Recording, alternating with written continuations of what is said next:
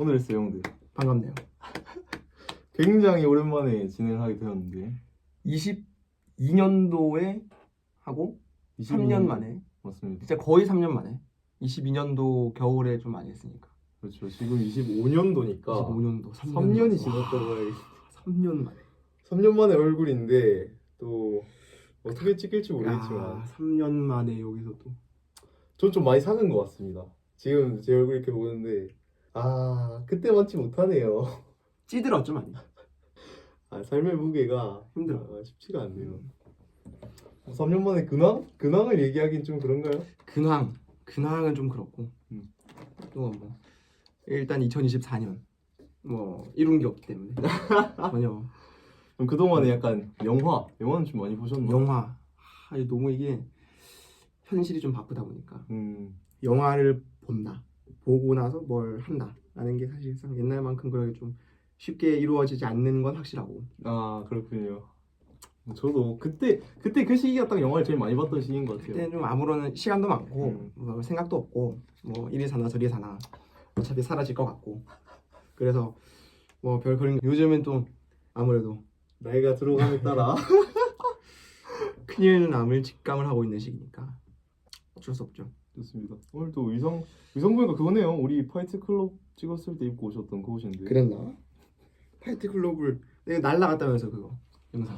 파일이 날라가서 또 블랙 코미디에 대해서 기가 막히게 설명을 해주셨는데. 그랬나? 기억이 안 납니다. 블랙 코미디 정말 좋은 장르고, 블랙 코미디 또 한번 뭐 다룰 수 있으면 기회가 되면 또 다뤄보는 거. 그리고 또 뭐 최근에 좋게 보셨던 영화 중에 하나인 그때 그 사람들이. 그것도 이제 정확하게 이제 블랙 코미디를 아주 잘 다루고 있는. 네. 정말 좋은 영화고 재밌습니다. 그것도 네. 기회가 되면 다음에 한번 다뤄보는 걸로 하고. 12.16 사태를 좀 전체적으로 좀 관통하면서 좀 이 쓰영대답지 않게 좀 역사적인 얘기도 좀 해보고. 좋습니다. 워낙 그때 또 대한민국에 재밌는 일이 많이 일어났기 때문에. 그렇죠. 그 이후로도 79년, 80년 해가지고 기회가 된다면 좋습니다. 해보도록 하고. 쓰영대 사실 할 거는 많아요. 할 거는 많고, 작년에 나왔던 뭐 존 오브 인터레스트나 작년에 제가 굉장히 재밌게 봤던 뭐 악은 존재하지 않는다, 뭐 이런 영화들도 뭐 하면 합니다. 악은 존재하지 않는다도 뭐 간단하게 그냥 뭐 간단한 영화는 아니지만 간단하게 한 30분 딱 때리면 딱 나올 것 같거든요, 영상이. 뭐 그런 것도 좋고, 뭐 아니면은 저 최근에 봤던 영화인데, 좀 오래된 영화인데 2009년작인가, 루카 구아다니노 감독의 콜미 바이 유어 네임 감독이라면 다 알아먹을 거예요. 그 양반 거 이제 I am love라는 영화를 최근에 봤는데 뭐 그런 것도 굉장히 정말 좋은 영화라서 I am love. I am love. 아무튼 오늘의 영화는 2024 화제작이라고 볼 수 있죠. 화제작이죠. 최고의 화제작이라고 볼 수 있을까요? 어마무시한 화제작이고, 이렇게 또 기가 막힌 영화인데, 진짜 기가 막히게. 이 영화는 존 오브 인터레스트입니다. 이 영화 감독이 조나단 글레이저네요. 조나단 글레이저의 존 오브 인터레스트. 조나단 글레이저가 이제 2013년도에 언더 더 스킨이라는 영화를 내고 이제 10년 만에 장편으로 복귀를 해서 화려한 복귀작을 냈죠. 10년 만에 복귀작이군요. 장편 10년 만에 복귀작인데. 그러네요. 무려 그 짜기로 유명한 박평식 씨가 그래도 평식 그 양반이 또 9점을 평식 세계관의 만점이다. 평식 세계관 만점 받은 게 몇 개 안 돼요. 몇 개 안 되는데 그 평식 세계관 만점을 되게 오랜만에 받은 영화기도 하고. 왜 평식 양반 그 양반이 이제 이렇게 또 만점을 줬는가. 영화 보면은 뭐 납득이 되긴 하는데 사실 뭐 평식 형님의 취향을 우리가 잘 모르니까. 사실 뭐 이동진 평론가의 취향이야. 워낙 유명한 사람이고. 맞습니다. 알려면 알 수는 있는데 평식 그 양반은 쉽지 않아요. 이동진도 근데 5점을 줬어요. 네, 만점이죠. 근데 이렇게 좋은 평가를 받는 영화임에도 불구하고 살짝 이야기거리가 나온 이유는 이 영화에 대해서 좀 뭐랄까 지루하다라는 감정을 느낀 사람이 음. 좀 많았던 것 같아요. 그럴 수밖에 없죠.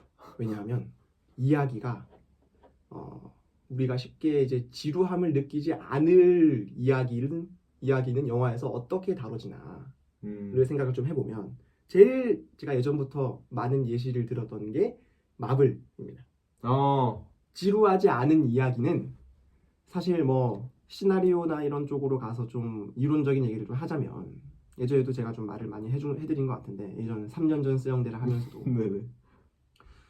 어쨌든 주인공이 있고 주인공이 어떠한 사건을 겪어서 자신이 좀 손해라는 걸 좀 입어요. 피해를 입는 거죠. 네.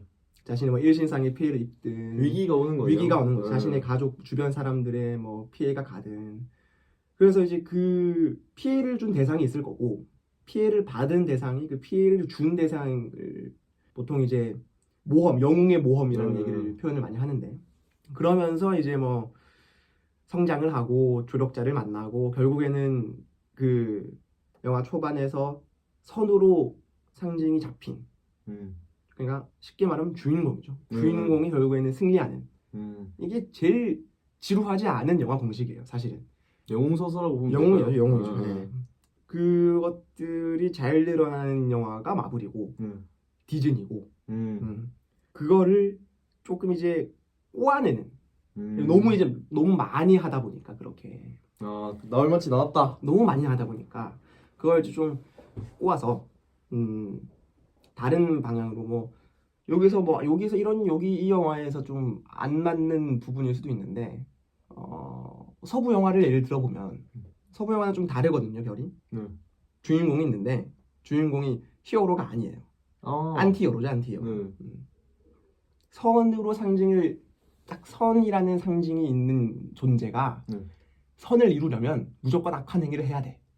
뭐 그런 거예요. 안티히어로는 쉽게 말하면 내 가족을 지키기 위해서 남을 죽여야 되고 내가 속하는 공동체를 지키기 위해서 다른 공동체를 무조건 죽여야만 하고 파괴시켜야 되고 어쨌든 그런 거에서 그러니까 그런 게 등장을 하잖아요. 우리가 아는 히어로는 시민을 구하고 그게 아니라 뭐 그런 반대되는 어떤 모습들을 보여주는 작법들도 많이 있었고 뭐 사실 시나리오 작법은 그게 영웅의 모험 서사가 뭐 되게 기본적인 거고 멜로 영화에서도 영웅의 모험이랑 그걸 치환해서 대입해보면 돼요. 주인공이 사랑을 이루려는 게 영웅 모험에서는 내가 우리 가족을 지키고 뭐 나한테 이런 피해를 입힌 사람에게 복수를 하고 멜로 영화에서는 사랑을 이루려는 거예요. 코미디 영화에서는 뭐 그게 좀 다르게 또 사용이 되겠죠.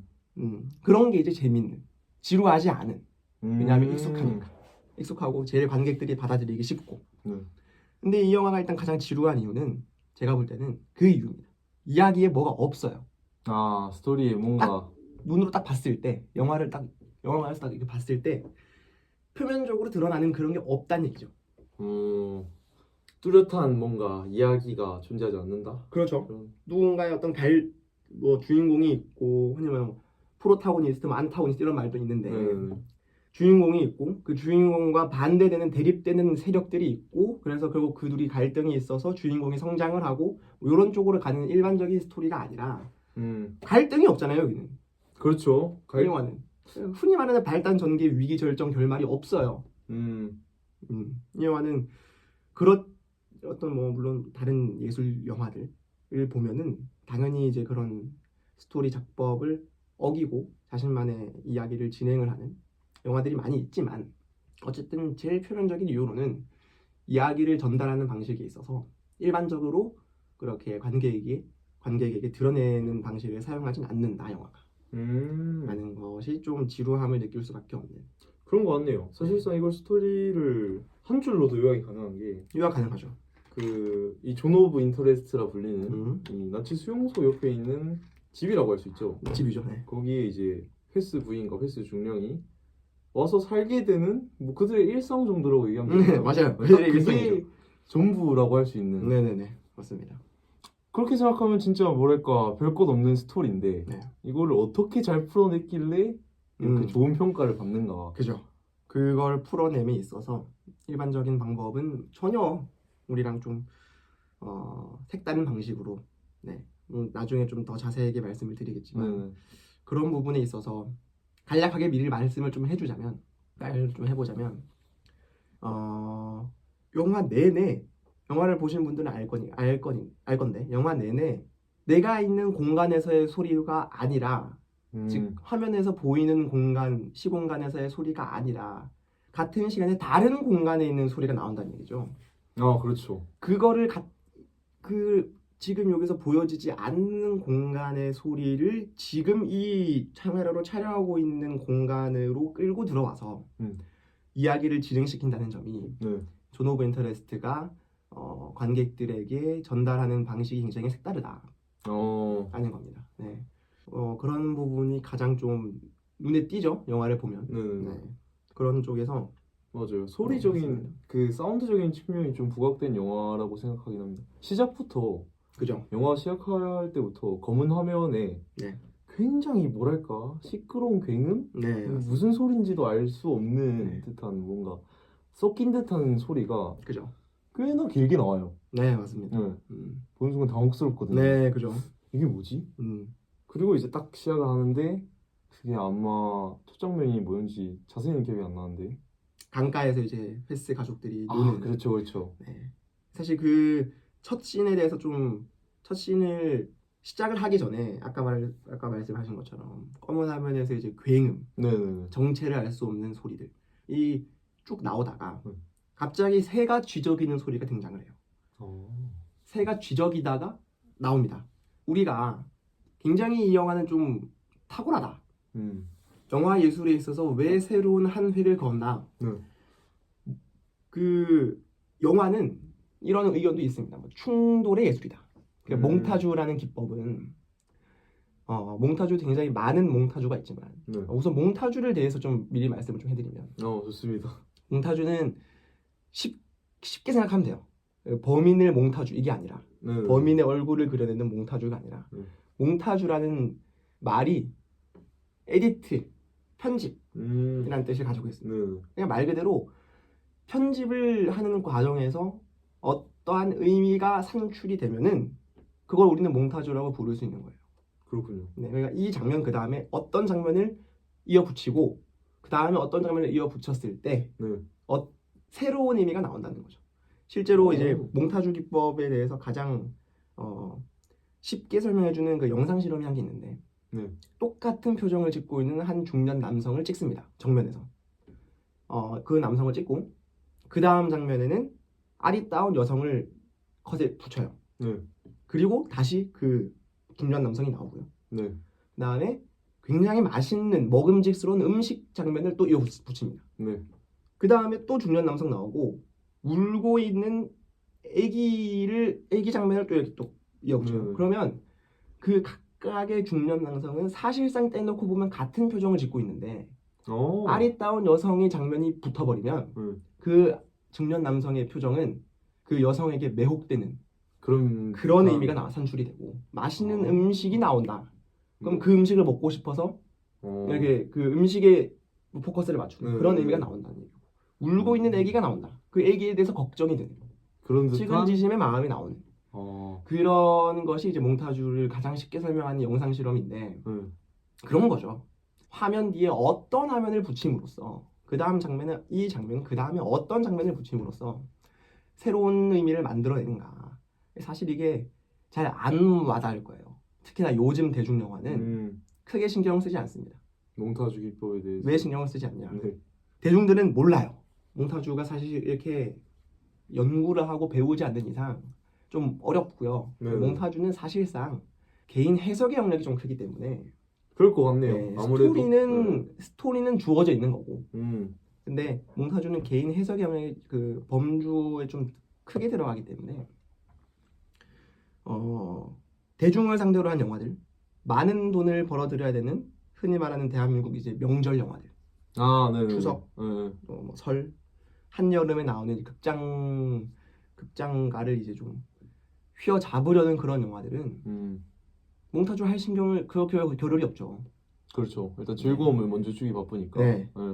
근데 이런 예술 영화들은 그런 것이 아니기 때문에 감독이 생각하는 어떠한 그 본인만의 그 계속 생각해왔던 그게 있을 거 아니에요. 그렇죠. 조나단 글레이저도 이 영화 만들면서 네. 홀로코스트나 뭐 물론 이 조나단 글레이저가 수상 칸인가요? 네, 그 수상을 하고 막 그 수상 소감이 되게 화제가 됐었는데 지금 막 한창 이때 막 이 영화를 제작을 할 때 막 그 하마스 그쪽에서 이제 뭐 네, 팔레스타인 그 중동 지역에서 일어났던 전쟁들 그 얘기를 아마 했었던 것 같아요. 기억은 잘 안 나는데 그럼 그런 그 현실 세계들을 계속 보면서 생각을 해왔을 거 아니에요. 그렇죠. 그거를 담아내야 되거든 이런 예술 영화들은. 그걸 지 생각을 표현하는 게 지 일이니까. 그렇죠. 그럼 그거에 대해서 고민을 할 수밖에 없단 말이죠. 근데 제가 존 오브 인터레스트를 보면서 정말 충격적이었던 것은 화면과 화면의 몽타주뿐만 아니라 소리와 소리, 사운드와 사운드, 이 사운드 그 다음에 어떤 사운드가 나온가에 따라서 저는 이렇게 생각해요. 예술은 결국에는 어느 부분을 힘을 빼고 어느 부분을 강조를 하냐. 모든 예술에 있어서 되게 중요하다고 생각을 하거든요. 대비는 무조건 강조입니다. 그렇죠. 반복은 무조건 강조고요. 네네. 이 영화는 몽타주에 있어서 몽타주 기법에 있어서도 뭐 다양한 기법들이 굉장히 많지만 아주 극명하게 대비되는 물론 나중에 사운드뿐만 아니라 뭐 이 영화의 뭐 컬러감이라든지 그런 거에서 굉장히 좀 눈여겨볼 게 있는데 그런 쪽에 있어서 사운드와 사운드를 결합을 해서 에디트를 해서 거기서 이전에 있던 사운드에서도 떨어지는 느낌이 있을 거고 아까 말했듯이 그 맨 처음 장면에서 그렇게 굉음과 새가 지저귀는 평화로운 소리를 붙였을 때 화면이 없잖아요. 맞아요. 주인공이 뭘 하고 있는데 굉음이 나는 작업을 하고 있어. 그러다가 갑자기 새가 날라서 지저귀어. 이거는 어쨌든 화면이 나오기 때문에 우리가 소리로만 어떻게 판단을 하기는 조금 힘들다는 얘기죠. 근데 아무런 화면 없이 검정색 화면에다가 사운드로만 이렇게 탁탁 어려운 말로 이제 병치는 아니고 이제 좀 이어 붙인 거죠. 사운드 아무런 화면 없이 사운드로만 이어 붙였을 때의 거기서 감독이 의도하는 바나 관객이 느낄 수 있는 어떤 그런 심상들이 더 극대화가 된다라는 얘기입니다. 그래서 저는 이 첫 장면을 봤을 때 이 영화는 이런 식으로 영화를 만들겠구나. 네. 저 장면부터가 아무런 그거 없이 시각적 정보 없이 오로지 청각적 정보로만 그렇게 충돌을 시킴으로써 이 영화는 결국에는 어떤 영화 예술적인 방식으로는 사운드 시각도 시각이지만은 이 청각적인 어떤 것을 끌고 가는 거구나. 청각적인 게 중요하다. 더 나아가서 결국에는 이 영화는 우리의 인간의 감각에 대해서 다루고 있는 영화구나. 라는 것을 딱 첫 장면을 보고 이거 심상치 않겠다 생각했는데 뭐 영화가 계속 그렇게 가더라고요. 마지막까지. 마지막 장면 진짜 맨 마지막 장면을 봐도 이게 수미상관처럼 느껴지는 게 엔딩 크레딧 계속 올라갈 때 뭐 이상한 OST처럼 노래가 나오고 막 이렇게 사람들의 막 고함 소리. 맞아요. 아까 말한 굉음 그건 계속 들려요. 네. 그 마지막 그거 보면서도 확실히 좀 처음부터 끝까지 그런 걸 쫙 밀고 가는. 저는 이 존 오브 인터레스트라는 영화는 감각과 익숙함을 다룬 영화라고 생각을 하거든요. 그런 의미에서 감독이 좀 되게 색다르다. 아주 색다르죠. 그렇죠. 이전 영화를 일단 저는 처음 봤거든요. 극장에서 보고 좀 많이 당황스러웠던 그런 기억이 납니다. 근데 아까 감각에 대해서 말씀하셨는데 익숙함은 또 어떤 측면인 건지. 우선 감각에서 좀 우리가 결국엔 이 영화가 사운드를 다룬 영화고 결국 우리는 영화라는 예술을 딱 감상을 할 때 다른 예술을 생각을 해볼게요. 건축, 회화, 음악, 조각, 시각입니다. 좀. 시각으로 봤을 때 음악은 전적으로 청각이죠. 그렇죠, 청각. 뭐 물론 무대나 이런 것도 예술로 이제 좀 판단을 해서 뭐 그런 걸로 가시긴 하겠지만 어쨌든 음악은 우리가 귀로 듣는 겁니다. 근데 영화는 유성 영화가 1920년대 즈음에 탄생을 하고 지금 100년 넘게 유성 영화의 시대가 지금 유성 영화가 만들어지고 있는데 뭔 말이냐면 100년이면 강산도 10번 넘게 보냈어요. 그렇죠. 시각과 청각을 모두 다 아우르는 서로 다른 감각을 사용하는 예술이란 말이죠, 영화는. 것은. 근데 요 정도 되는 영화 만드는 사람이 왜 그렇게 사운드의 그걸 만들어냈겠습니까? 그래서 왜 저 그 횟스 가족의 그 소재를 가지고 와서 네. 왜 그 아우슈비츠 옆에 담벼락을 쌓아놓고 집을 만드는 그 담벼락도 모자라서 수용소가 안 보이게 포도 넝쿨과 나무를 키우려고 하는 헤트비 횟스 부인이죠. 횟스 부인의 모습을 왜 보여줄까? 저는 그런 적이 있어서 이 영화는 감각에 대한 이야기다. 인간은 무뎌질 수밖에 없어요. 무뎌지죠. 그래서 그게 익숙함이라는. 그래서 익숙함이라는 거예요. 인간은 무뎌집니다. 우리가 어떤 감각을 군대 갈 때 수류탄이 아니죠. 수류탄은 위험하고 말이 참 시스탄 화생방. 네, 화생방. 처음 겪으면은 죽습니다. 따갑고 막 멀리서부터 딱 향이 느껴져요. 아 저게 그 화생방 냄새구나. 화생방 교장을 군장 메고 걸어가는데 딱 느껴져요. 아 이게 화생방 냄새구나. 난생 처음 맡아보는. 우리끼리의 감각을 좀 경험을 좀 설명을 좀 해드리자면 네네. 대만 야시장 갈 때 그럼요. 살면서 맡아보지 못한 냄새를 맡잖아요. 그렇죠. 그러면 우리는 처음 느꼈을 때 강렬하거든요.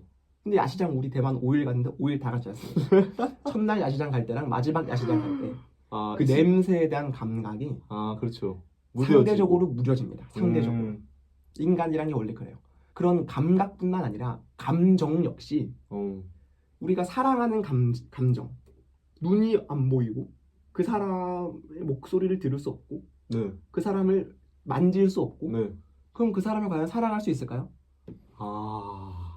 일리가 있네요. 그리고 그런 것도 그 감각에서 기인하는 것이라고 볼 수 있다라고 생각을 하면 감정이 무뎌지는 것. 우리가 뭐 애인이나 또는 뭐 자기가 좋아하는 연예인들 보다 보면은 어느샌가 물론 뭐 사랑하는 연인 관계에서는 뭐 그걸 좀 뭐 열심히 노력을 해야 되지만 그렇죠. 이게 시간이 지나다 보면은 결국에는 무뎌지는 게 어쩔 수 없는 사람이랑의 그 특성이에요. 무뎌지는 게 유효기간이 있다고들 얘기를 하죠. 아무래도 뭐 손에 지문 같은 것도 달아 없어지 2년 만에 달아 없어진다 하잖아요. 그래요, 맞아요. 그리고 촉각 같은 경우도 굳은 살이 박히면은 뭐 별 감각이 없듯이 그렇죠. 그런 거고 그런 것처럼 인간의 감각은 결국엔 무뎌질 수밖에 없습니다. 근데 자 영화는 어쨌든 보는 예술이기 때문에 보여지는 예술이기 때문에 시각이 제일 중요하다고 봐요. 당연하죠. 그렇죠. 시각은 횟스 가족 입장에서 차단을 할 수가 없어요. 그러니까 영구적 차단이 불가능합니다. 인간의 감각은 영구적 차단이 불가능해요. 근데 그렇죠. 시각은 임시 방편으로 감아버리면 잠시 끊어낼 수 있습니다. 영구적 차단이라는 거는 눈알을 적출을 해야 돼요. 그렇죠.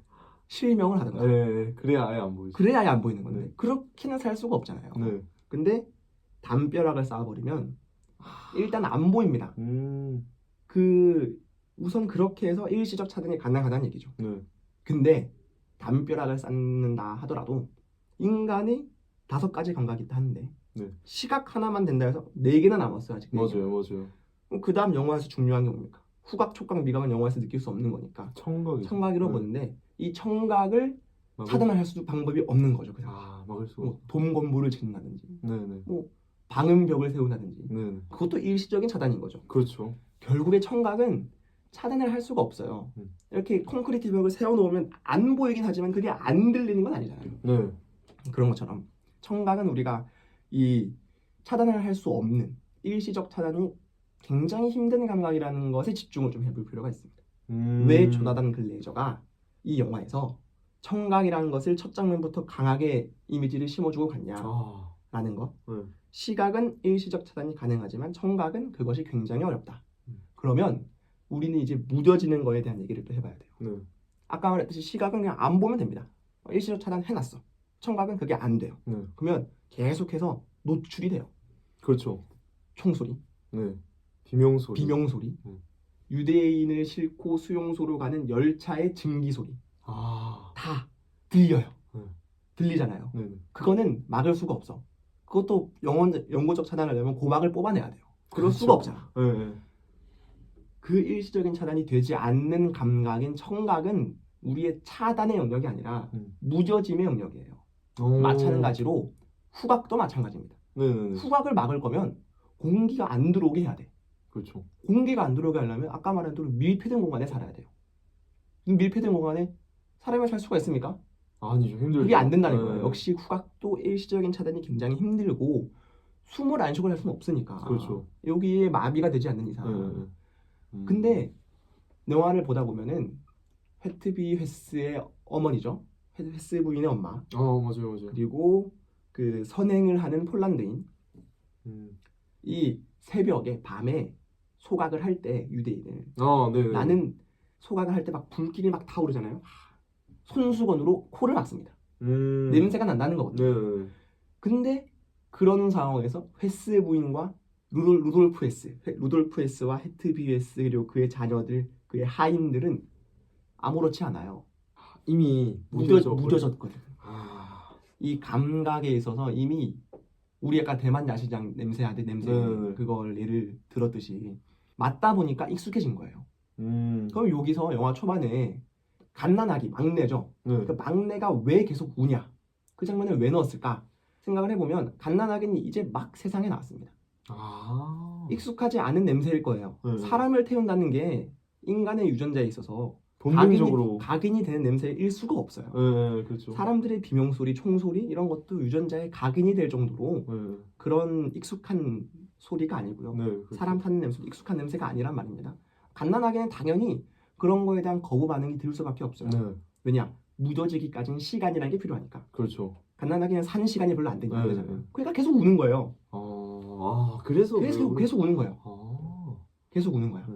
근데 이거는 좀 나중에 얘기를 하겠지만은 어쨌든 이 감각이라는 부분에 있어서 왜 이 시각과 청각 그리고 뭐 거기서 유대인을 맛보거나 그러지 않을 거잖아요. 그렇죠. 우리가 딱 관객 입장에서 딱 선을 긋고 봤을 때 미각은 좀 그렇고 촉각 해봤자 촉각이야 뭐 나중에 헬스 뭐 그 잔해가 나오네요. 잔해. 강에서 놀다가 네. 유대인을 태우고 남은 그 뼈 조각이 나와요. 그거에 대해서 촉각에 대한 얘기를 좀 더 해볼 수는 있는데 어쨌든 시각, 청각, 후각 그런 이 인간의 감각의 무뎌짐, 익숙해짐 이런 것들은 물론 익숙해짐이라는 것은 이제 감각에도 있을 수도 있고 아까 말한 것처럼 그 감각에 있어서 감각이 무뎌지니까 이제 별 생각이 들지 않는 단계로까지 간다는 얘기죠. 근데 이 가족이 등장을 하고 가족이 아닌 외부인들, 뭐 하인도 굉장히 볼만한 게 있습니다. 하인, 뭐 폴란드인 이러면서 그런 쪽으로까지 가면은 어쨌든 이 익숙해진다는 것은 우리 악의 핏줄이 있다거나 이런 것이 아니다. 이게 뭐겠어요? 이 사람이 악인이야. 악한 사람이고 그의 가족들이 악한 것이다. 라고 볼 수 있지만은 그게 아니라 환경이죠. 환경도 환경이 좋은 말이에요. 환경이고 우리 모두가 그렇게 될 수 있다는 거예요. 왜? 우리 모두는 인간이니까 우리 모두는 무뎌지거든. 익숙해지거든요. 그렇기 때문에 그렇지 않으려고만 하지만은 뭐 한나렌트의 뭐 악의 평범성 같은 얘기를 하다 보면 이게 악인지 몰랐기 때문에 그걸 악으로 봐야 된다. 그 말이거든요. 악의 평범성. 악인지 모르기 때문에 왜 악인지 모르겠어요. 이 영화에서는 감각에 대한 익숙함, 그 익숙해짐 때문에 이게 악인지 이게 악이 아닌지 분간이 안 되는 거예요. 분간이 안 된다는 거죠. 근데 그것은 어떠한 악한 행위를 하는 집단만의 특징이 아니라 무슨 이유가 됐든 그것에 익숙해지는 것은 모두가 다 그럴 수 있다. 라는 겁니다. 근데 갑자기 이런 생각이 드는 게 아까 말씀하신 그 헤스 부인의 어머니였나요? 헤스 부인의 어머니죠. 맞습니다. 그 존 오브 인터레스트 이 관심구역에 와가지고 딸 부부가 잘 사는 것을 보다가 아까 말씀하신 것처럼 시체 타는 냄새에 코를 막기도 하고 잠자리에서 제대로 잠도 못 자고 계속 불편해하는 모습을 보여요. 떠나버린단 말이죠. 거부 반응이 있었다 이그 말이잖아요. 네. 근데 횟스는 그런 아까 말씀하신 것처럼 무뎌져서 계속 거부 반응을 안 보였는데 유일하게 뭔가 좀 거부 반응을 일으켰다라고 할 수 있는 게 네. 마지막 장면에 토를 하잖아요. 아, 토를 한다. 네. 네, 그죠. 그 토를 하는 것은 네. 그런 소각행위, 자신의 행위에 대한 감각에 의해서 나오는 것이 아니라 네. 네. 감각에 의해서 그렇게 나왔으면은 집에서 그랬어야 돼요. 아우슈비츠 옆에 있는 집에서. 근데 아니거든요. 네. 그 다른 어디였죠? 횟스 잡히는 다른 지역, 성공하고 나서. 네, 네. 다른 지역의 그 숙소 건물에서 아 맞아요. 그런 거죠. 이 얘기는 나중에 하겠습니다. 영화 마지막이기 때문에 알겠습니다. 아무래도 클라이맥스이기도 하고 굉장히 중요한 그 일련의 그 씬은 진짜 위대한 씬이거든요. 저는 그렇게 생각을 하거든요. 네. 그 루돌프 헤스의 구토 장면과 네.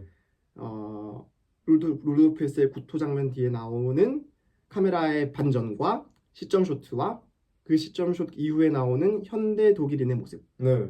일련의 그 씬은 진짜 위대한 씬이다. 정말 아주 뛰어난 씬이다라고 생각을 하는데 그거에 대해서 나중에 좋습니다. 좀 더 얘기를 해보고 네. 나눠보고 마지막 즈음에 하는 걸로 하겠습니다. 좋아요. 네. 그럼 일단은 뭐 영화의 시작부터 아까 말씀하신 것처럼 사운드적인 측면 그리고 이 감각과 네. 무뎌짐에 대한 얘기를 영화가 계속 하고 있다고 하셨는데 그럼 이제 중간중간 뭐랄까 장면들을 살펴보면서 얘기를 한번 나눠볼까요? 네. 장면은 아니고 인물에 대한 얘기를 좀 해봅시다. 인물에 대한 얘기를.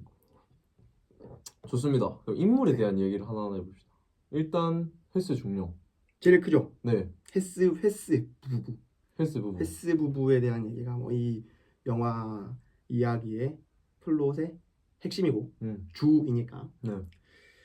횟스 부부는 이것도 아까 말한 거랑 제가 좀 연관이 좀 큰데 그리고 이제 따로 또 말씀을 드릴 한나 아렌트의 한나 아렌트 저서의 소재가 된 아이히만이라는 그 공무원과도 연관성이 좀 커요.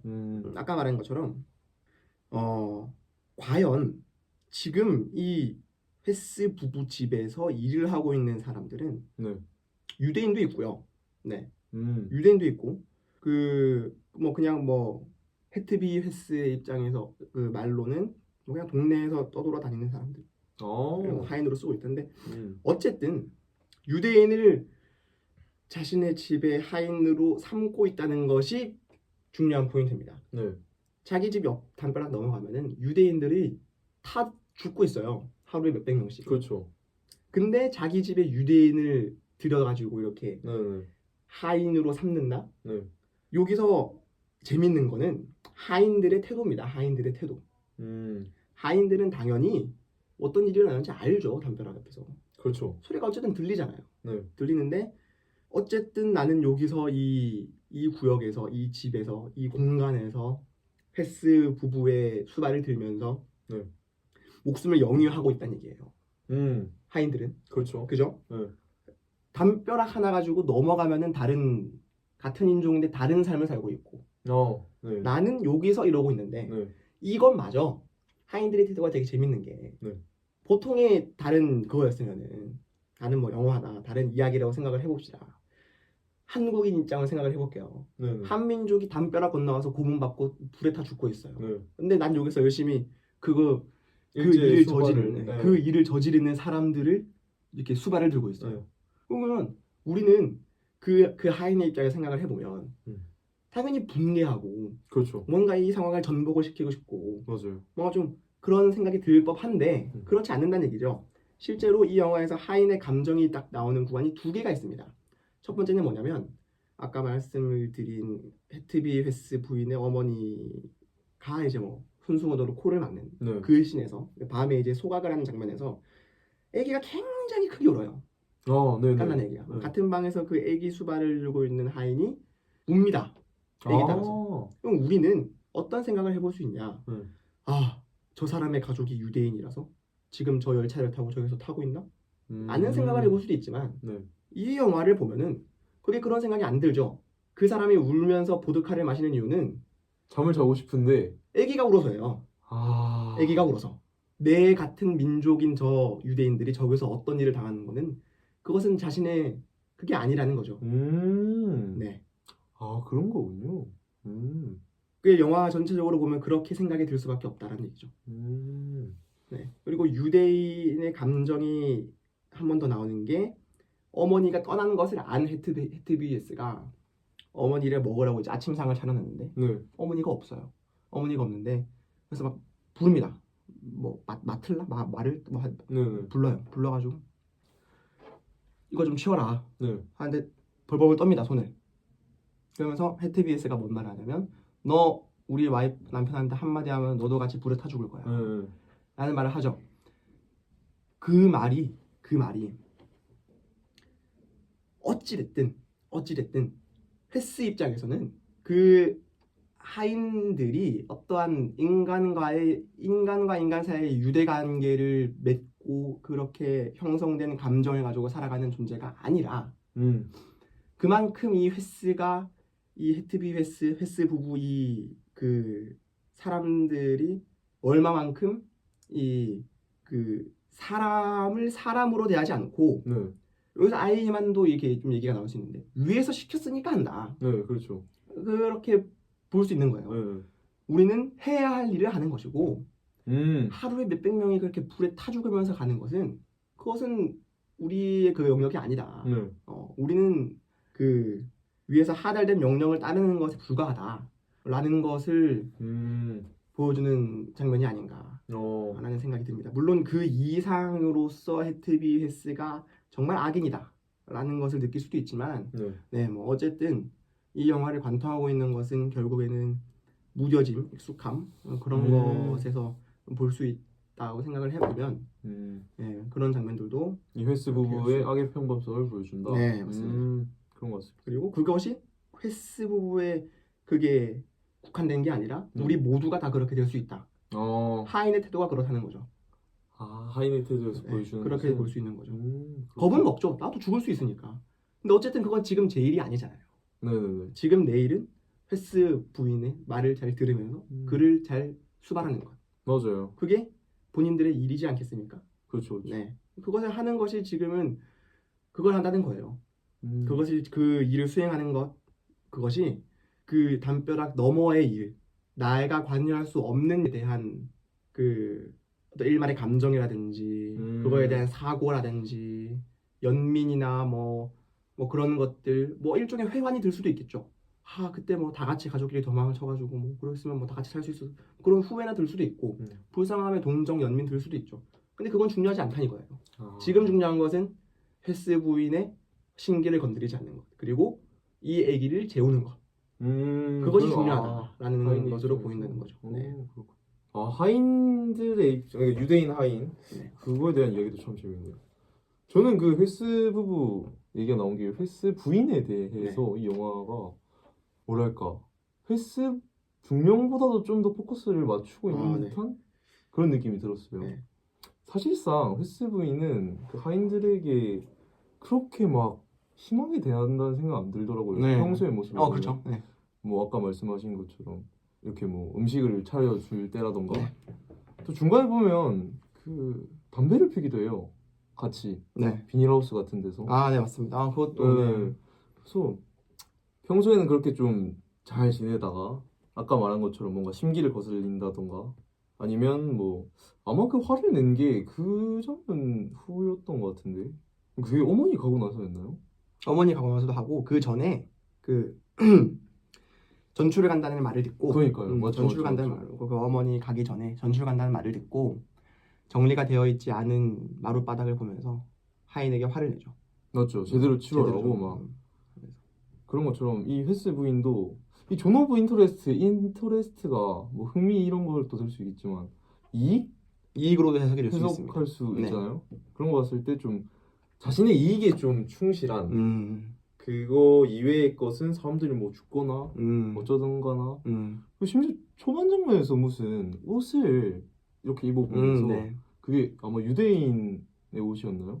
그거는 본인 걸 겁니다. 유대인이 그런 옷을 안 입을 거라서. 그러니까 아무튼 자신의 이익에 좀 충실한 그런 모습을 보이는 부인이지 않았나. 굉장히 좋은 관점입니다. 네네네. 네. 그리고 감독이 얘기하고 싶었던 게 그런 해석이 있더라고요. 네. 마지막에 이제 헬스 중령이 전화를 해가지고 네. 나 이거 뭐 작전 들어간다. 네. 근데 이 작전 제목을 헬스 작전으로 하기로 했다. 그죠. 네 이름도 들어간 거야. 네. 이런 식으로 얘기하는데 네, 맞습니다. 그게 이제 부인은 실제로 그 죄를 안 받았다고 해요. 네. 네. 근데 당신도 분명히 죄가 있다. 음. 여기서 피해갈 수는 없을 것이다. 음. 그런 걸 보여주는 장면이라고 맞습니다. 하더라고요. 네. 좋은 장치로 설명된 거죠. 그거 보고 감독이 이 중령뿐만 아니라 네. 헬스 부부 전체에 있어서도 좀 아까 말씀하신 뭐 악의 편법성이라던가 네. 그런 걸 좀 다루고자 한 게 아닌가. 맞습니다. 그런 생각이 실제로도 이제 이 존 오브 인터레스트란 영화에서 한 명의 악인과 소수의 악의 집단을 가지고 말을 하지 않아요, 영화는. 이제 마지막 얘기를 좀 해보자면, 네네. 물론 더 할 얘기가 좀 더 있지만 이 참의 얘기를 좀 해보자면 마지막 장면에서 이제 횟수 작전 들어간다. 곧 갈 거다. 그래요. 하면서 구역질을 2번을 합니다. 헛구역질이죠. 나오지 않아요. 정말 무서운 표현인데 요걸 보기 전에 조금만 앞으로 영화를 당겨서 생각을 해봅시다. 아까 말했던 강가에서 놀다가 뼈에 잔해를 딱 이렇게 부딪히죠. 뼈에 잔해가 딱 이렇게 받아가지고 뭐야? 실제로 그때 강을 보면은 좀 힙뿌여져요. 뭐겠어요? 뼈가루 뿌린 거예요. 그러네요. 상류에서 강상류 아우슈피츠 거기서 뼈가루를 뿌린 겁니다. 젤을. 네. 젤을 뿌려서 하루로 흘려 보낸 거예요. 그때 마치 타지 않은 유대인의 뼈 조각이 나오는 거죠. 네. 그러면 애들 강가에서 놀고 있는데 헤엄치면서 놀고 있는데 뼈가루 들어오면은 애가 어떻게 되겠어요? 더러워지거든. 그렇죠. 더러워지잖아요. 네. 그래서 애를 황급히 꺼내고 네. 물론 이 강에 대해서도 얘기를 좀 하겠지만 오. 강의 물살을 어기면서 가고 있습니다. 네. 가는 거예요. 애를 씻기다가 자기도 씻을 거 아니에요? 씻는데 이 입이랑 코를 헹구면서 검은 색깔 가루들이 나옵니다. 그래요? 실제로 이 영화는 색을 굉장히 잘 다룬 영화예요. 이 영화에서 헤스 부부가 키우는 강아지 개의 색깔이 무슨 색입니까? 무슨 색? 흰색이었나요? 검은색이에요. 검은색이군요. 검은색 굉장히 중요합니다. 네. 색깔에 대해서도 좀 해보면 좋겠는데 네. 검은 색깔 가루가 나옵니다. 네. 잿가루겠죠. 뭐 태우는 거에 대한 죄든지 뭐 사람 뼈가루가 뭐 검은색이지 않을 테니까 네. 태우는 거에 대한 뭐 태울 때 옷이랑 신발도 같이 태우지 않겠어요? 네. 그때 뭐 그 재가 좀 코에 들어가서 입에 들어가서 씻으면서 그게 딱 나와요. 이게 검은색이 이 영화에서 약간 내면에 굉장히 깊숙이 들어있는 악을 상징하는 색으로 볼 수 있습니다. 네. 실제로 아까 말했듯이 그 개가 요 부부가 키우는 강아지가 검은색이에요. 근데 강아지가 계속 나와요. 계속 나오는데 놀랍게도 헤트비 횟스의 옷은 밝습니다.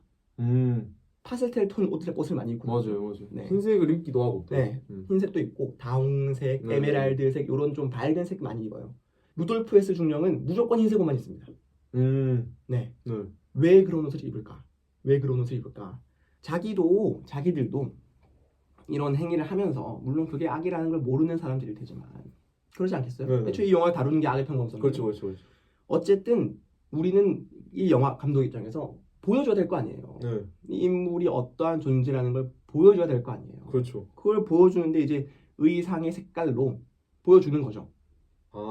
근데 요 놈들이 키우는 개는 검은색입니다.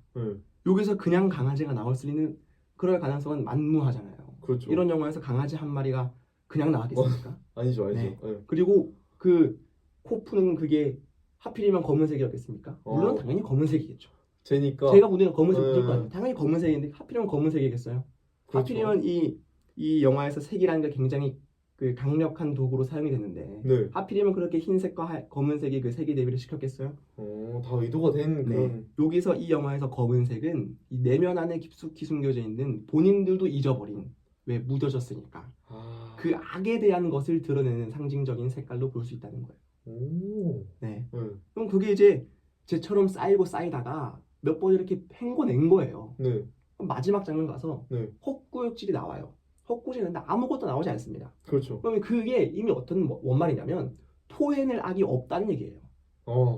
더 이상 횟수 작전이 들어가기 전에 전출 가기 전에 있었던 그런 일련의 행위들에서 네. 나오는 그 검은색 젤 같은 경우는 체화되지 않고 튕겨져 나온 거라고 생각을 해보면 횟스 작전이 성공을 하고 이제 작전 이름에 횟스가 들어 자신의 네. 이름이 들어간 걸 굉장히 자랑스럽게 여기고 네. 그리고 또 그때는 어떤 게 나오냐면은 자기는 아직 중령이거든요, 루돌프 횟스는. 네네네. 근데 마우어 대령이라고 자기가 횟스 작전을 발표를 할 때 대령으로 진급한 사람이 있습니다. 네 맞아요 맞아요. 자기는 계속 중령인데 음. 대령으로 진급한 사람을 보면 네. 어떻겠어요? 배알 꼴리죠. 배알 꼴리죠. 네. 배 아프잖아. 네. 사촌이 딱 맞아도 배 아픈데. 그렇죠. 얼마나 배 아프겠어요. 근데 내 이름을 건 작전이 아 국가의 인정을 받고 그것이 나의 어떤 지위를 통해서 실행이 된다. 네. 그것까지 딱 등장을 했을 때 나오는 헛구역질은 이미 몸에서 그 악에 대해서 거부를 하면서 나오려고 해도 나올 수가 없는 거예요. 너무나 이게 온몸 깊숙이 파져 들어가가지고 네. 토와 같은 어떤 생리적인 현상으로는 더 이상 배출이 되지 않는다. 나올 곳도 없다. 이 말이 뭔 말이냐? 그만큼 체화가 됐다는 거예요. 이동진 평론가의 한 줄 평을 빌리면 이미 소화가 돼버린 거죠. 아 그래요. 네. 소화돼버린 나올 게 없는 거예요. 이렇게. 네. 여기서 딱 이렇게 해가지고 반발심으로 토는 보통 반발심에 나오는 거잖아요. 네. 목다가 채가지고 이게 나오는 건데 네. 그게 아니라 그냥 이렇게 슥 들어가 버린 거예요. 그러면 악이라는 거지. 토를 왜 하게 됐는지는 왜 하게 됐는지는 중요하지 않죠. 아 그런가요? 왜 하게 됐는지는 중요하지 않고 그 건물에서 네. 토할 게 뭐가 있겠습니까? 뭐 체했거나 잘못 먹었거나 그냥 너무 많이 마셨거나 그래서 그럼 토할 수 있는 거 아니에요? 근데 그 장면에서 그렇게 토를 한다는 것은 네. 아까 말했듯이 더 이상의 어떤 너무나도 익숙해져 버렸고 너무나도 무뎌진 관념 그게 온전히 본인의 것이 돼버린 것. 근데 토를 하기 전에 그 현대 독일의 아우슈비츠 박물관 토를 하고 나옵니다. 하고 나오나요? 토를 하고 카메라 반전을 탁탁 시켜요. 카메라 반전도 사실 이거 얘기할 건 되게 많은데 네네. 장면 하나 보면서 제가 하나하나 다 설명해 드리거든요. 그러면 수영되면 한 4시간 찍었어요. 씬 하나하나 보면서 여기서 카메라 갑자기 왜 반전되고 그래서 왜 갑자기 부감으로 찍고 네. 트래킹 숏을 왜 찍든 많아요. 그러면 할 말이 많은데 그건 좀 생략을 하고 네. 어쨌든 의미 하나하나만 설명을 해보자면 그럼 그 이후에 그걸 비추는 의미는 뭘까요? 저는 이제 그게 좀 궁금해요. 거기서 그 장면이 왜 위대한 장면이냐. 네네. 우선 첫 번째 1940년대 2차 세계대전에서 일어나고 있던 그 상황의 인물들을 담아내고 있는 영화에서 네. 그렇게 갑자기 현대 80년을 넘어가지고 이렇게 지금의 그렇죠. 현대 모습을 보여준 영화는 일단 그거 하나만으로도 좀 높게 평가를 맞아, 받아요. 엄청 놀랐어요 저는. 그런 생각을 쉽게 못한다고 저는 봐요. 네. 영화를 찍는 감독들도 그런 어떤 굉장히 창의적인 아이디어라고 생각을 하고 네. 그 시간을 넘어가는 것 네. 이때까지는 공간에 대한 얘기를 했습니다. 더 존 오브 인터레스트는 집, 네. 아우슈비츠, 강, 뭐 이런 공간, 폴란드인이 사는 집, 네네. 폴란드인이 한 동시대에 한 여러 공간에서 일어나는 어떤 그런 것들의 일련의 사건들을 보여주는 것이었다면 그걸 갑자기 시간으로 확 틀어요. 그게 같은 공간일 가능성이 높습니다. 근데 시간을 공간으로 바꾸다가 그렇죠. 네. 같은 시간의 다른 공간이었다가 이제는 같은 공간의 다른 시간으로 넘어가 버린 거예요. 네. 그렇게 확. 네. 어쨌든 그런 점에 있어서 그 시대에서만 다루는 것이 아니라 그러면 이렇게 갑자기 시간이 넘어서 이렇게 확 넘어서도 이렇게 감독이 표현했다는 얘기는 이 2차 세계대전이 발발했던 이 시기, 40년대 이 시기에 학살이 일어났던 이 시기뿐만 아니라 우리의 아까 계속 말했던 그 악의 평범성, 무뎌짐, 감각에 대한 익숙함 그것들이 시간이 지나서 지금까지도 영향을 받는다는 얘기예요. 지금까지도 그것이 이어오고 있다. 지속되어 가고 있다. 네네. 그걸 이제 시간의 흐름에 있어서 깨끗하게 보여주는 거고. 왜냐하면 이 영화는 이렇게 시간 흐름대로 가는 영화가 아니었다 보니까. 네, 그걸 이렇게 보여준 영화는 아니잖아요. 네네. 그렇게 갑자기 시간을 확 바꾼다는 얘기는 당연히 의미가 있는 거고. 그 현대에 관련된 얘기를 좀 해보자면 그런 거죠. 계단을 내려갑니다. 헛구역질을 2번을 하고 카메라 반전이 딱 일어나요. 카메라 반전은 영화에서 보통 무조건 집중하세요라는 얘기입니다. 영화 이제 연출이나 촬영 이런 데서 집중하세요라고 하는 파트가 가끔씩 있거든요. 갑자기 사운드가 확 BGM이 쫙 깔린다든지 그런 거. 갑자기 줌인이 된다든지 네네네. 아니면 편집하는 과정에서 이 정도 거리에서 끊었다가 그냥 미디움 숏이죠. 미디움 숏을 탁 찍었다가 네. 갑자기 점점점 가서 클로즈로 탁 찍는다든지 음. 이건 집중하세요라는 얘기입니다. 이제 중요한 얘기 할 거니까. 네. 카메라 반전도 그것들의 일종이라고 보면 편해요. 보통 그런 영화 예술들은 다 그런 데서 오는 겁니다. 집중하세요라는 거를 보여주는 방식이 카메라 촬영이랑 편집 그리고 해봤자 사운드밖에 없으니까 네네. 그런 게 다 이제 중요한 얘기 할 겁니다 라는 거를 보여주기 위한 장치라고 생각하면 영화 예술 촬영 이런 것들을 그 받아들이기가 굉장히 좀 수월할 거예요. 하나의 팁인데 어쨌든 카메라 이렇게 찍다가 반대편을 딱 찍으면서 루돌프 헤스가 탁 돕니다. 네. 돌면서 루돌프 헤스가 한 점을 바라봐요. 그리고 루돌프 헤스의 시점 쇼트가 탁 나오면서 몇 초 있다가 문이 열리죠. 그러면서 시간을 뛰어넘은 거예요. 문이 열리면서 현대 청소부들이 와서 그 박물관 전시대에 네네네. 다 청소를 합니다. 우리는 지금까지 이 존 오브 인터레스트를 하면서 어떤 얘기를 계속 해야 하냐면 무뎌짐으로 인해서 내가 자각을 못하는 거죠. 네. 악한 행위인지 선한 행위인지 내가 지금 하고 있는 것에 대한 이 행위의 결과가 어떻게 될 것인지를 모르는 상황에서 그것 자체가 악하다라고 지금 계속 얘기를 하고 있는 상황에서 네. 80년이라는 시간이 뛰어넘었어요. 거의 언 100년이라는 시간이 지나고 나서 그리고 나서 현대의 청소부에 국한될 게 아니라 이 현대를 살아가는 우리의 입장에서 바라보면 자 똑같다는 거예요. 현대 입장에서 청소를 합니다. 그 청소부들의 일은 뭐예요? 거길 청소하는 거예요. 청소. 너무 무뎌지다 보니까 이제는 청소를 하는 것이 그냥 그 청소하고 돈 받으면 그 사람은 끝이에요. 그럼 그 사람이 퇴근하고 우리 이때까지 이렇게 영화를 딱 보면은 그 청소부가 퇴근하고 그 유대인 그 학살당한 유대인을 기리는 제사를 지내겠습니까? 그럴 수 없죠. 아니죠. 맨날 맥주 한잔 해야죠. 퇴근하고. 네. 그래야죠. 그래야 되는 거 아니에요. 네. 그만큼 우리도 어떤 것을 그렇게 계속해서 사고하고 그 감각을 다시 이렇게 다시 일깨우려고 노력하지 않는 이상은 우리도 똑같다. 우리가 루돌프 헤스랑 하는 거랑 뭐가 다르냐? 우리가 그 루돌프 헤스와 헤트비 헤스 그의 자식 그리고 그의 그 하인들 뭐가 다르냐는 거예요. 그러네요.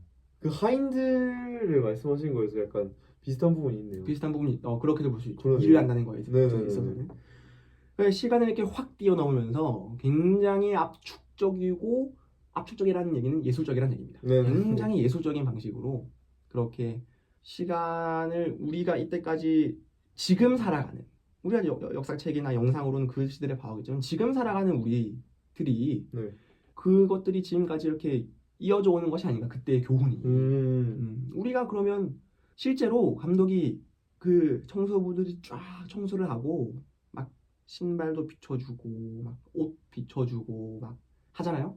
그리고 나서 다시 루돌프 헤스를 딱 보여줍니다. 맞아요. 시점 숏 전의 쇼트로 루돌프 헤스를 딱 보여줍니다.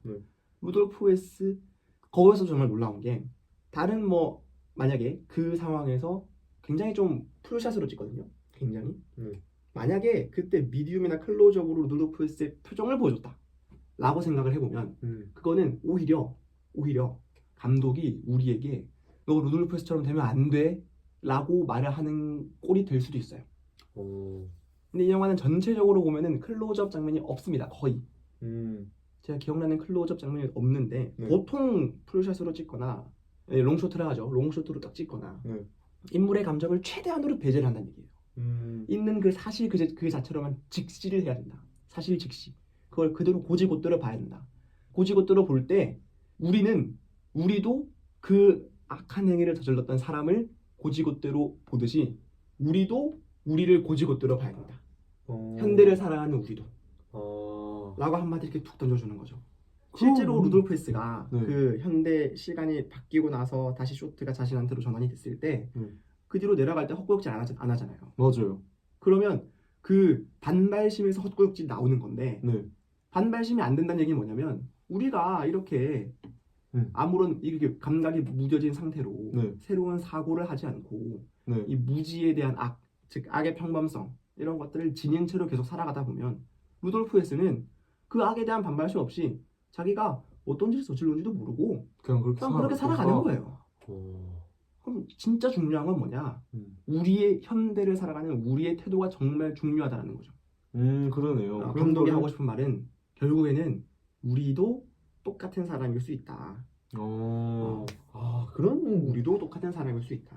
그런 걸 보여주고자 했군요. 사람이라면 당연히 다 그렇게 되지만 네. 어찌됐든 노력을 좀 해보자 라는 겁니다.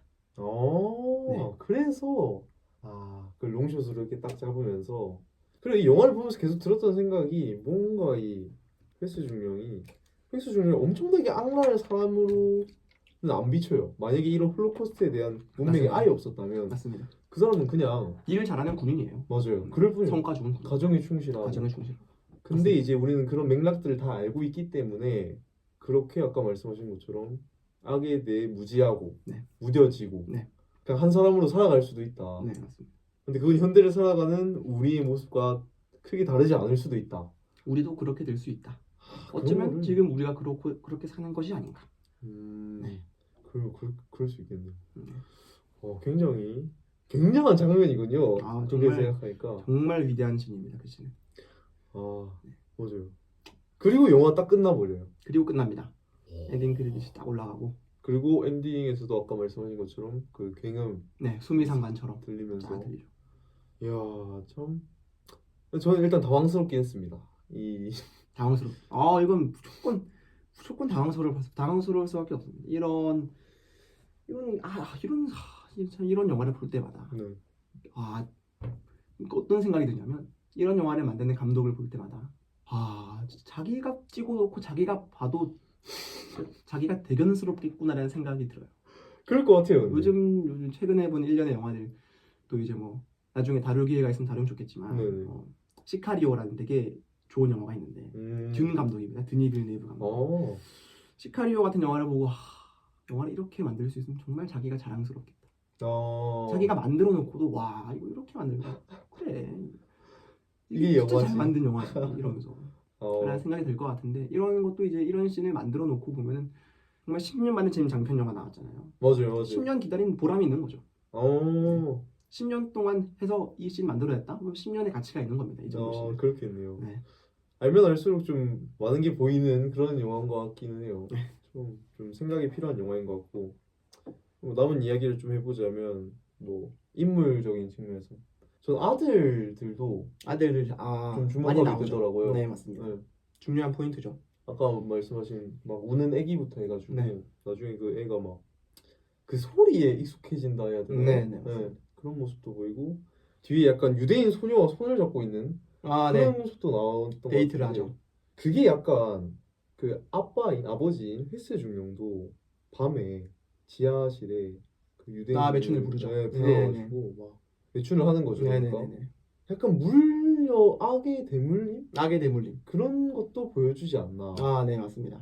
그리고 아들 둘이 장난을 치다가 그 아까 비닐하우스에 네. 동생을 가둬버려요. 네네네. 형이. 근데 아까 말씀드린 것처럼 그 장소는 또 횟스 부인과 유대인이 담배를 폈던 장소기도 하잖아요. 네. 근데 아들이 거기 다 갇혔다 하는 게 좀 의미심장한 거죠. 뭔가. 의미심장하죠. 네. 뭔가 그 그 수용소에 갇힌 네. 유대인이 떠오르기도 하면서 맞습니다. 그런 식으로 또 좀 자식들을 이용해서도 좀 그런 모습들을 보여주지 않았나 그런 생각이 들었습니다. 좋습니다. 네. 괜찮네요. 네. 그런 느낌 인물로 보면 그런 느낌 들었고요.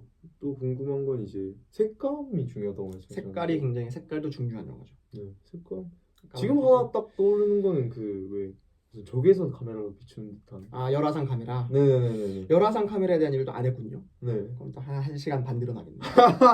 열화상 카메라에 대한 얘기를 또 안 했네요.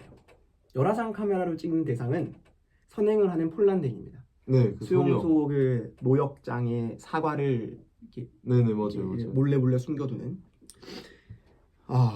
폴란드인은 독일의 적국입니다. 적국. 2차 세계대전이 독일이 폴란드를 침공하면서 터진 게 2차 세계대전이거든요. 당연히 폴란드인 입장에서는 독일이랑 물론 폴란드 이제 뭐 유대인이 폴란드 그쪽이랑 뭐 크게 상관이 없으니까. 근데 어쨌든 폴란드인은 당연히 독일 심지어 아우슈비츠가 저기서 좀 몇백 명이 하룻밤 사이에 죽어가고 있는데 그렇죠. 얼마나 무섭겠습니까? 네. 선행을 하고 있다는 거예요. 근데 이것도 잘 봐야 될 게 아까 말했듯이 이 영화는 전적으로 공간에 대한 영화였어요. 네. 마지막으로 한 번 시간 탁 넘어간 거지. 어쨌든 공간에 대한 이야기예요. 음. 영화도 더 좋은 공간이잖아요. 공간. 그렇죠, 그렇죠, 그렇죠. 네. 그 공간은 선이 존재할 수 없는 공간이에요. 감독은 그렇게 생각을 했나 봐요. 그러니까 일반 카메라로 찍지 않은 거예요. 선이 존재하지 않는. 선이 존재하지 않는다. 네. 우리가 일반적인 감각으로는 선을 느낄 수가 없는 공간인 거죠. 그러니까 우리 일반적인 눈을 담아내는 카메라로는 선한 행위를 포착할 수가 없는 거예요. 그래서 열화상 카메라를 쓰지 않았나. 아, 그렇군요. 네. 그 이동진 평론가의 한 줄 평을 또 빌려 쓰자면 체온으로만 남아있는 선에 대하여라는 부분이 있는데 어쨌든 그것도 어떻게 보면 감각에 대한 이야기. 감각에 대한 이야기죠. 네. 네. 체온이니까. 근데 어쨌든 그 우리 어떤 일반적인 시각 이런 걸로는 일반적인 카메라로는 볼 수 없다. 그런 그 공간 자체는 그 공간은 우리의 어떤 그런 영역이 아니다. 이미 그런 공간은 이미 네. 너무 그렇게 돼버렸고 네. 열화상 카메라로만 포착을 해야 되는 열화상 카메라로 찍을 때 열화상 카메라를 찍는 것 자체가 굉장히 새로운 시도고 네네네. 정말 말도 안 되는 아이디어고 그거를 그냥 일반 카메라로 찍고 다른 방식으로 보여주려고 감독들은 애를 쓰지 카메라 장비를 바꿔가지고 보여준다는 생각은 안 하거든요. 그래요. 그게 정말 놀라운 거죠. 그렇죠. 보통 아무리 이 어둠이 있는 상황에서 빛이 없는 상황에서 보여주려고 하면은 뭐 사운드 다른 뭐 BGM이라든지 뭐 다른 장치들을 이용해서 많은 영화들에서 보여주는데 하면 콘트라스트 명암 대조를 이용해서 그것도 아니고 진짜 깜깜한데 빛 아무것도 없는 데서 그냥 열화상 카메라 팍 박아버리고. 근데 놀라운 사실은 그 선행을 하는 그 폴란드인이 선행을 하다가 이렇게 통 같은 걸 줬습니다. 통 딱 열어보니까 무슨 접혀져 있어요, 종이 같은 거. 그 선행 이후에 이제 그 집을 들어가서 자기 집을 내부에서 집 내부에서는 또 그냥 일반 카메라로 찍어요, 컬러 카메라. 외부에서는 또 열화상 카메라로 찍는 거죠. 그러면 그 공간 자체가 조금 구분이 되어 있다라는 걸 알 수 있는 거죠. 네. 공간 자체가. 그 공간은 다른 존이다. 그런 거죠. 그렇게 볼 수 있는 거고. 뭐 어쨌든 폴란드인이 그 통이 들어있는 게 뭐냐. 악보예요, 악보.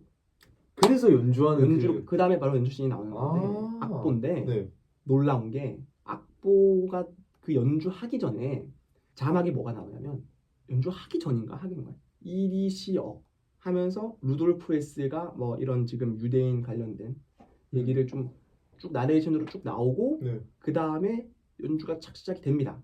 폴란드인 폴란드어를 하겠죠. 그렇죠.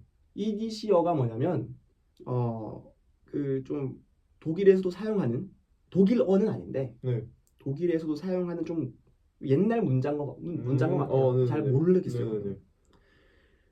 그 악보는 폴란드인이 읽을 수 없는 악보인 것 같습니다.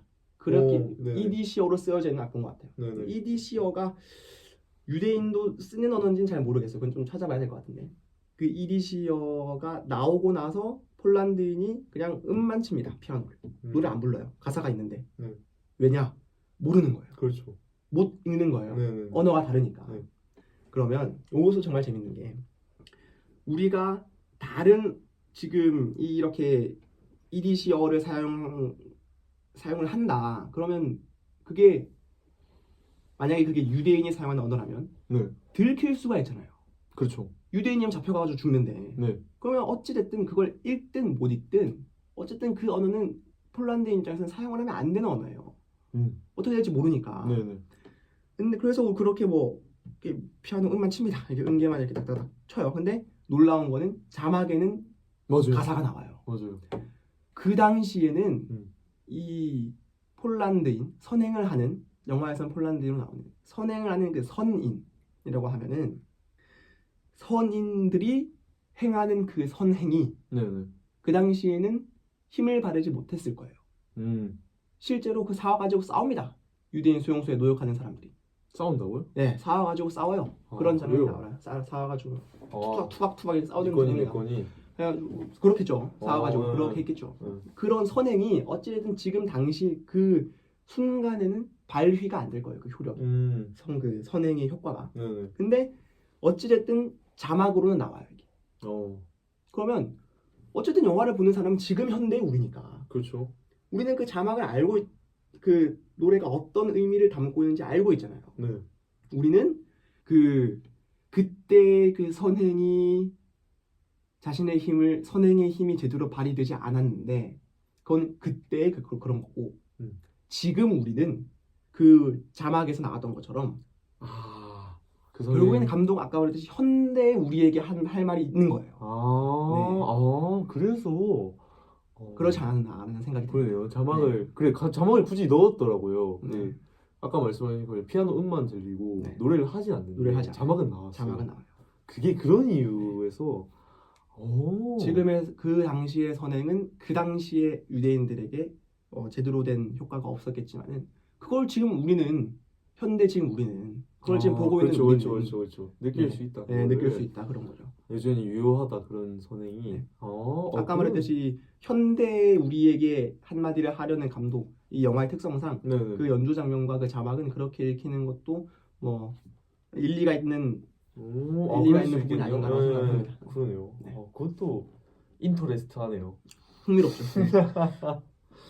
또 뭐 색감이 중요시하게. 색감이 중요시하는 거는 영화에서 한 사운드가 나오는 게 4번인가밖에 없어요.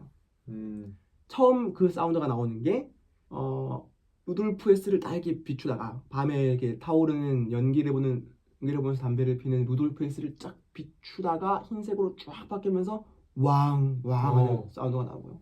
두 번째는 정원의 꽃을 이렇게 찍다가 빨간색으로 쫙 바뀌면서 왕 해요. 근데 놀라운 사실은 그 왕 할 때 유대인들의 신음소리와 비명소리가 커집니다. 뭔 말이냐면 이게 아까 말했듯이 그 사운드와 사운드의 몽타주라고 했죠. 이거는 시각과 청각의 몽타주예요. 물론 많이 썼죠. 많이 쓴 거예요. 그러니까 빨간색은 피를 뜻하고 그렇죠. 뭐 그런 거죠. 뭐 검은색은 뭐 악을 뜻하고 이런 거 그런 것처럼 처음에 흰색 루돌프 헤스를 비춰주면서 흰색으로 쫙 바뀌면서 한 건 아까 말했듯이 루돌프 헤스는 흰색 옷밖에 안 입어요. 내면의 그 자기가 키우는 강아지와 토르에 나왔던 그 재 내면의 악은 검은색은 그 내면의 악을 뜻한다. 어쨌든 보여지는 것은 흰색이기 때문에 흰색으로 쫙 깔면서 유대인들의 그 비명 소리와 신음 소리가 딱 등장을 한다는 거예요. 이것도 이제 그거죠. 대비죠.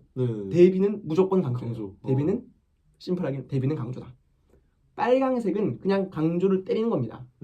빨강색이 착 나오면서 그것도 사실상 대비인데 그 인터넷 흥미구역, 관심구역, 즉 집이죠. 헤스 부부의 집. 그 집에서 키우는 빨강색 꽃이 빨강색 화면과 쫙 이어지면서 사운드로는 유대인들의 비명소리가 나와요. 대비죠. 대비는 곧 강조니까. 이렇게 강조를 하는 거죠. 그리고 그 왕 하는 게 또 언제 나오냐면은 두 번째로 선행을 하는 것을 찍어줄 때. 아까 계속 말했던 연주하기 직전에 열화상 카메라 장면이에요. 그런 거기서 어떤 얘기를 하냐면 선행을 하는데 나레이션으로는 헨젤과 그레텔 얘기를 하면서 그러니까 그 루돌프 헤스가 자기 딸한테 막 얘기를 하죠. 맞아요. 더 놀라운 점은 그것도 당연히 그것도 무조건 대비예요. 실제로 그 헨젤과 그레텔은 땅에 떨어지는 과자를 주워 먹으면서 마녀의 집으로 가잖아요. 그 폴란드인의 선행이 굉장히 그것과 유사하다라고 볼 수도 있는 겁니다. 땅에다 사과를 그런 식으로 이제 더 놀라운 점은 늘 그 선행 장면 2번이 나오기 전에 딸이 뭔가를 봐요. 처음에 딸이 뭔가를 볼 때 뭐가 나오냐면은 어떤 대사를 하냐면 딸이 이제 창밖으로서 이렇게 막 연기를 보겠죠. 밤에 소각을 하면은 설탕을 나눠준다요. 밤에 왜 설탕을 나눠주지? 뭐겠어요? 재예요, 재. 어린애는 그거 아는 게 설탕밖에 없으니까 그거 보고 설탕이라고 생각을 하는 거예요. 그리고 두 번째로 아까 그 얘기했던 그 유대인 매춘 이후에 그 이상한 막 지하실 같은 데 들어가가지고 씻고 나와서 애를 또 봅니다. 딸을 또 봐요. 그리고 나서 또 그 다음 폴란드인의 서행이 딱 나오거든요. 영화를 보면. 그리고 나서 그 사운드 왱왱 하는 거 나오고 우리는 아들과는 좀 다른 태도의 딸을 볼 수 있다는 거죠. 아까 굉장히 좋은 얘기 해줬듯이 악의 대물림 이런 것도 생각을 해볼 수 있는데 저는 그걸 보면서 이게 성별에도 연관이 있나? 음. 남자와 여자 사이에. 네. 그거는 연관성이 없고 물론 뭐 그렇게 지어가지고 헤트비에스의 악랄함을 더 보여줄 수 있다는 장치로 썼으면은 납득은 돼요. 여잔데도 그랬으니까 뭐 이렇게 납득은 되는데 네. 그건 너무 좀 비약이 좀 큰 것 같고 네. 그걸 설명하기에는 조금 영화적 장치가 좀 부족하고 어쨌든 그러면 그 딸이란 존재는 어쨌든 그 구역 안에 있으면서 뭐라는 거냐면은 외부의 상황이 어떤지를 그대로 바라보는 거죠. 그러면 그 딸은 이제 그렇게 시각으로 보고 네. 아들들도 그러면 어떻게 하냐? 아들들도 막 북치는 장면이 나와요. 둘째 아들이 북치면서 막 뭐라 하냐면 그 유대인이 막 이렇게 맞아요. 총을 맞나? 네, 어떤 일을 맞아요. 해가지고 뭐 그러면 안 되지 막 이러면서 대사를 친다. 네, 맞아요. 그러면 이게 아까 말한 그 성별에 관련된 그런 것이 아니라 어찌됐든 노출되어 있다. 아이들이. 네, 노출에 대한 악에 대해서 노출되어 있다는 것에 좀 포커스를 맞춰서 보는 게 좋을 것 같아요. 그런 거 같네요. 네, 뭐 그렇게도 볼 수도 있고 어쨌든 다시 그 색깔 얘기를 또 가보자면 네. 그리고 나서 이제 또 그 웽웽 하는 그 사운드가 언제 나오냐면은 횟수 작전 하기 전에 횟수 작전을 하겠다 어떻게 계획을 이렇게 딱 회의장에 모여가지고 설명을 하고 그리고 나서 연회장을 가기 전에 웽웽 하는 소리가 나옵니다. 네. 그리고 나서 그러면 그 사운드가 그렇게 좀 얼마 안 나오는데 왜 그때 사운드를 넣었냐? 그럼 왜 선행할 때 그런 사운드를 넣었냐? 이것도 뭐 사실 어떻게 보면 대비는 곧 강조라는 말로 생각을 해보면 편해요. 네. 저는 그렇게 보는데 그런 거 같네요. 그리고 아까 말했듯이 그 당시에 그때 당대의 선행은 영향을 주지 못했어요. 네.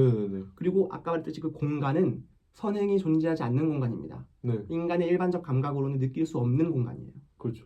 그 노역장, 수용소, 그 집, 네. 그 헬스 부부의 집 그쪽은 그렇다는 얘기는 그 선행을 할 때 사운드를 넣음으로써 우리가 눈으로 선행을 하는구나. 근데 이것이 결국에는 큰 효과를 발휘하지 않는구나. 큰 의미가 없구나.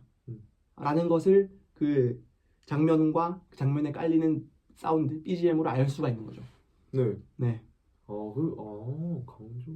그렇게도 볼 수가 있는 것이 아닌가라는 점이 라는 생각이 좀 듭니다. 그런 거 같네요. 네. 색감적인 부분이라던가. 네. 화면이 되게 예쁘잖아요. 집이 되게 예쁘게 잘 꾸며놨어요. 집을 색감도 좋고 전체적인 구도라든지 이런 것들 되게 좀 예쁘게 잡아요. 당연히 이것도 강조죠. 무조건 대비가 되는 겁니다. 맞아요. 정원 이런 거 보면 엄청 아름답습니다. 그것도 굉장히 예쁘게 맞아요. 네, 그런 것도 다 수영장하고 막 이렇게 잘 꾸며놨는데 강조라는 거죠. 근데 여기서 보면 또 존 오브 인터레스트라는 제목이 어떤 의미를 가지냐. 아까 말했듯이 뭐 이익의 영역으로도 볼 수도 있지만 흥미의 영역이라는 관점에서 또 본다면 나는 이 영역에 대해 난 여기서는 흥미가 있는 거예요. 관심이 있는 거야. 가꾸고 그러는 거예요. 꽃도 심고 뭐 작물들도 심고 막 수영장 해가지고 같이 놀고. 그렇죠. 관심 담벼락 너머에 있어서는 내 관심의 구역이 아니에요. 거기는 헤트비 웨스 입장에서는. 그런 거군요. 내가 거기는 관심을 가질 필요가 없어요. 여기는 내가 관심을 가지는 구역이고 네. 여기는 내 관심 밖의 구역이다. 맞습니다. 루돌프 헤스가 전출을 가잖아요. 네. 전출을 가는데 헤트비에스는 전출을 가지 말자고 합니다. 맞아요. 그래서 히틀러한테도 말해. 그래요, 되겠냐고요, 그게. 안 되죠. 중령 따위가 어떻게 히틀러한테 전출 안 하겠습니다라고 말을 하겠습니까? 안 되거든요. 헤트비에스가 왜 전출을 가지 않으려는 거는 하나예요. 아우슈비츠 수용소 옆에 있어서다? 아닙니다. 제가 볼 때는. 아니죠. 자기가 이미 3년 동안 자신의 관심에 따라서 이미 너무 자신의 존을 만들어 놓은 거예요. 여기를 탈출할 수가 없었던 거죠. 담벼락 옆에 아우슈비츠는 뭐 어떻게 되는지 몰라. 상류에서 하류로 자기네 집인 아우슈비츠 수용소가 있는 강의 상류에서 그 흔적들이 남아서 축적이 되는 하류까지 자신의 집이 있는 하류까지 오는데 상관할 바가 아니라는 거예요. 그거는 내 존이 아니니까. 그러네요. 관심구역 바뀌다. 내 존을 잃지 않기 위해서 전출을 그렇게 막았다. 그러니까 거기서 굉장히 우리는 이 모든 것들이 결국에는 한 얘기를 하고 있다는 얘기예요. 악의 평범성.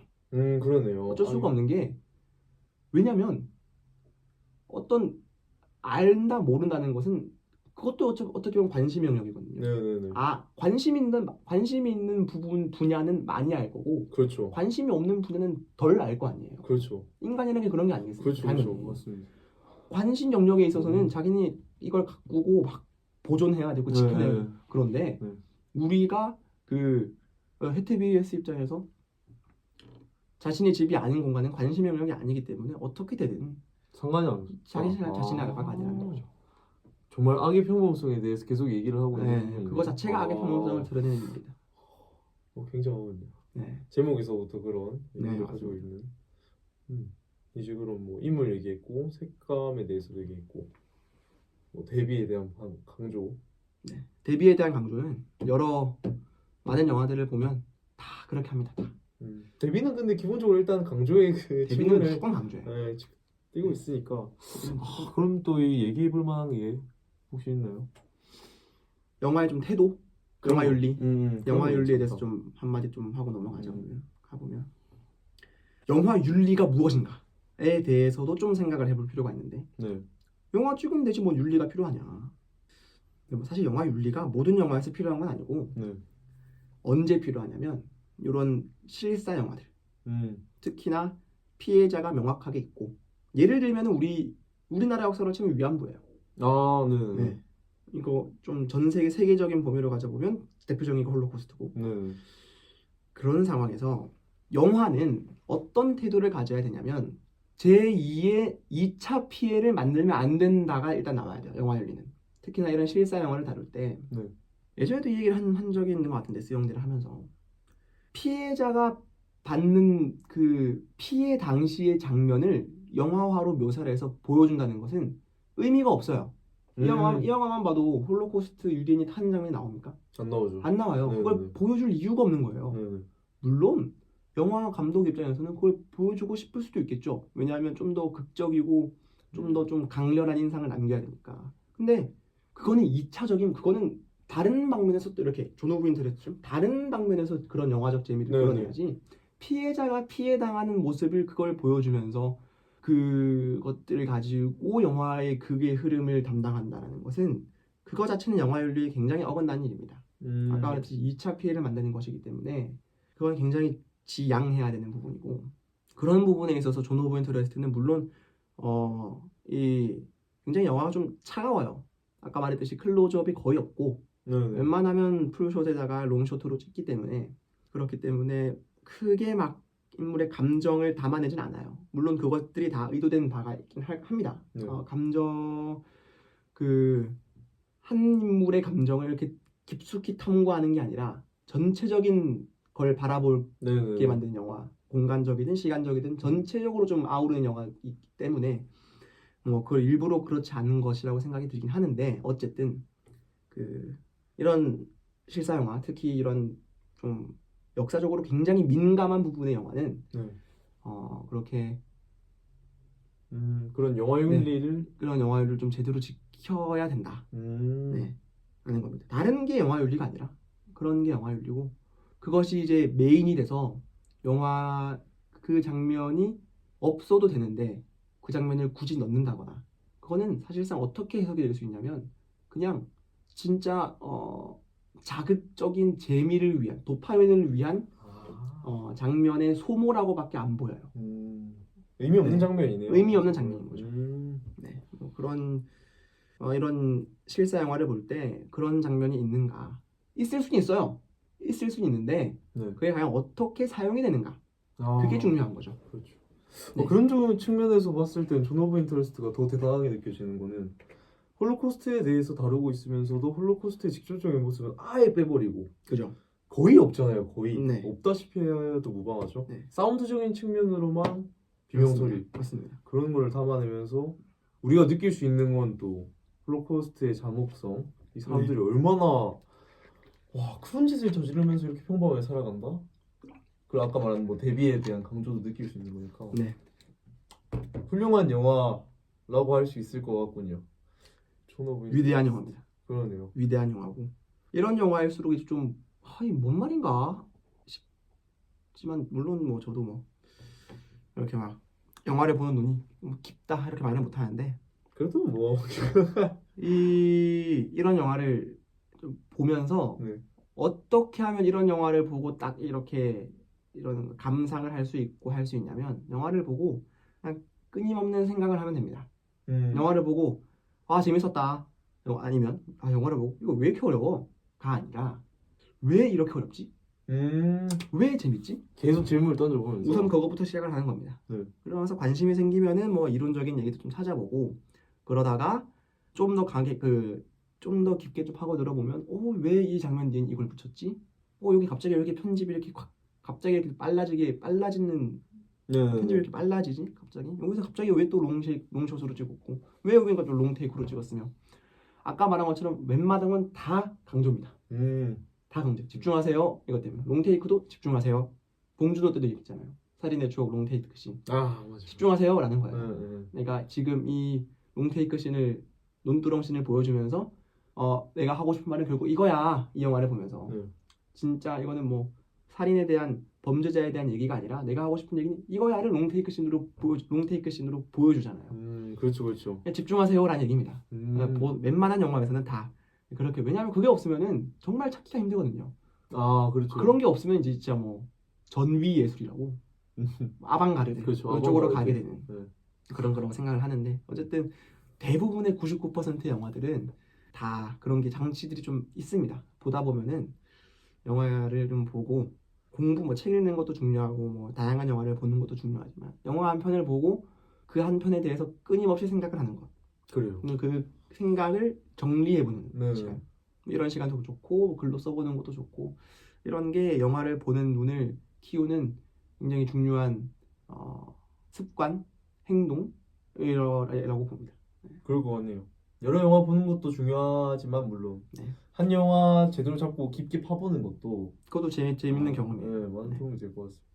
이제 근육이라 하죠. 근육도 자극이 오고 그걸 메꿔야 되잖아요. 네. 그래야 근육이 성장을 하듯이 똑같은 거죠. 뇌도 계속 자극을 주는 거죠, 우리가.